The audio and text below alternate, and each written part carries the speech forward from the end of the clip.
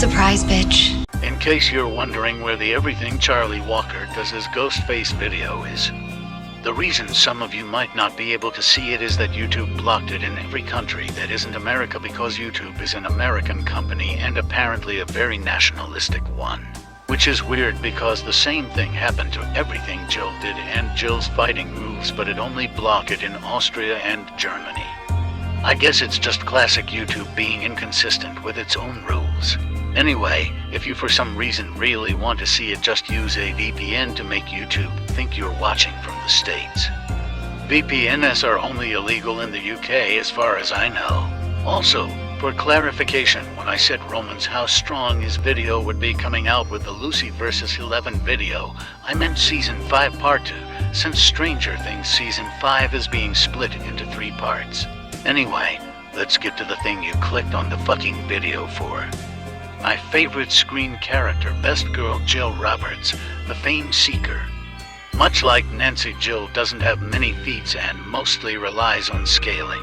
Jill stabbing through Perkins' skull is only like 65 joules. What the fuck? Ah! Oh, shit. Perkins apparently weighs 280 pounds and Jill needed to lift him into the car to drive them away, so she actually has the best lifting strength feat in Scream from what I know. Where the hell were Haas and Perkins?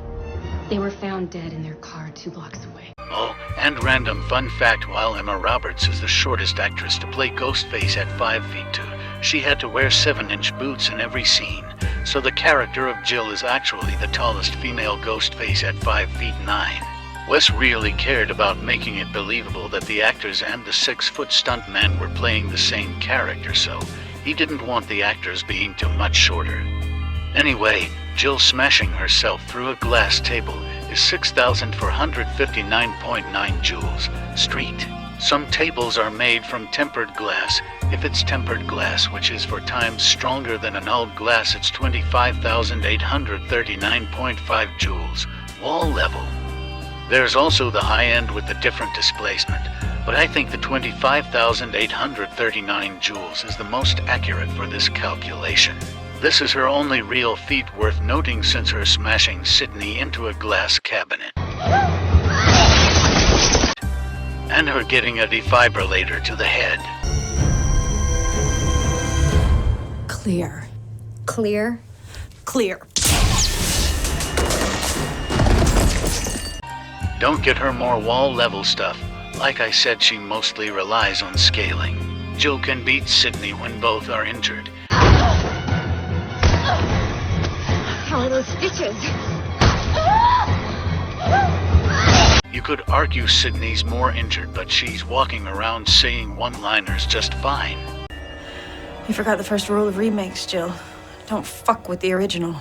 I'd say they're equally nerfed. Jill beats Sydney, who fought evenly with Charlie.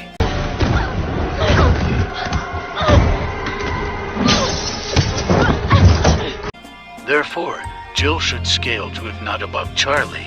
Charlie's best feat is throwing Marnie through to glass doors,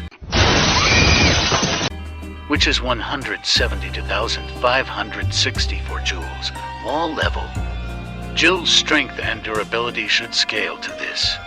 Charlie's best speed feat is outrunning Kirby's car to Jill's house, with the car's top speed being 55.56 meters per second. Subsonic. Jill's combat and reaction speed should scale to this, but not her travel speed. For her fighting skill, she shows intermediate knowledge of Brazilian Jiu-Jitsu, boxing, and judo. For equipment, she has a Buck 120 hunting knife like every Ghostface. Her gun is a Glock 17, which has 17 rounds firing at 375 meters per second, transonic, and hitting with 679 joules, street level. With a range of 50 meters. For intelligence, she manipulated Charlie into being her simp. Stole Trevor's phone to frame him. Had Charlie plant crime scene evidence in Sydney's car so she couldn't leave town. Made herself look like a victim by having Charlie attack her and people she knew.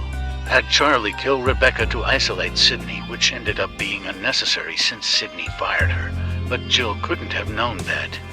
Killing Jenny, the girl Trevor cheated on her with his potentially incrimination. But she also has her own mother killed to prevent it from standing out, as well as Trevor as the fake killer. Left where she was going on her laptop to lure Sydney to Kirby's house, film the killings. Good, we'll cut and upload it later. Make it all traceable to Trevor. Injured herself to look like a victim, even getting her skin under Trevor's nails. Now there is of course the immediate slip-up at the hospital with the matching wounds, but as we all know... This is how it's gonna be, Sid? The ending of the movie was supposed to be at the house. I mean, this is just... silly. Consider this an alternate ending. Literally, because that's Wes Craven talking to the audience. He really hated being forced to add the fourth act at the last minute, but the studio has for some reason always refused to let them end a movie on a cliffhanger or set up the next film in the current one. I really wish we got the original plans for 5 Cream where Jill won. She goes to college and there's a new Ghostface that knows the truth about her, forcing her to put on the mask again to try and kill them first.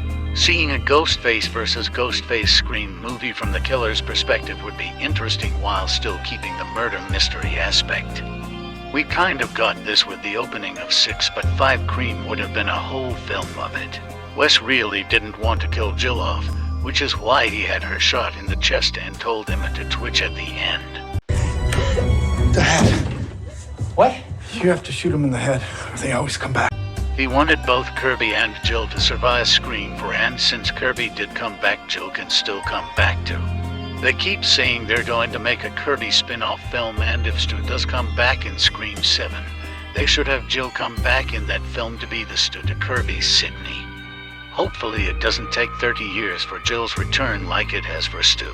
By the way, apparently Sydney's daughter Tatum is supposed to be 17 in Scream 7. The same age as Sydney in Scream 1 and Jill in Scream 4, but Scream 7 is also apparently taking place at the 30-year anniversary of Scream 1, so that means Tatum is 2 years old during Scream 4. Kind of weird that Sydney is married with a baby during the events of Scream 4, and that just never gets mentioned in the movie. Well, that's everything. Good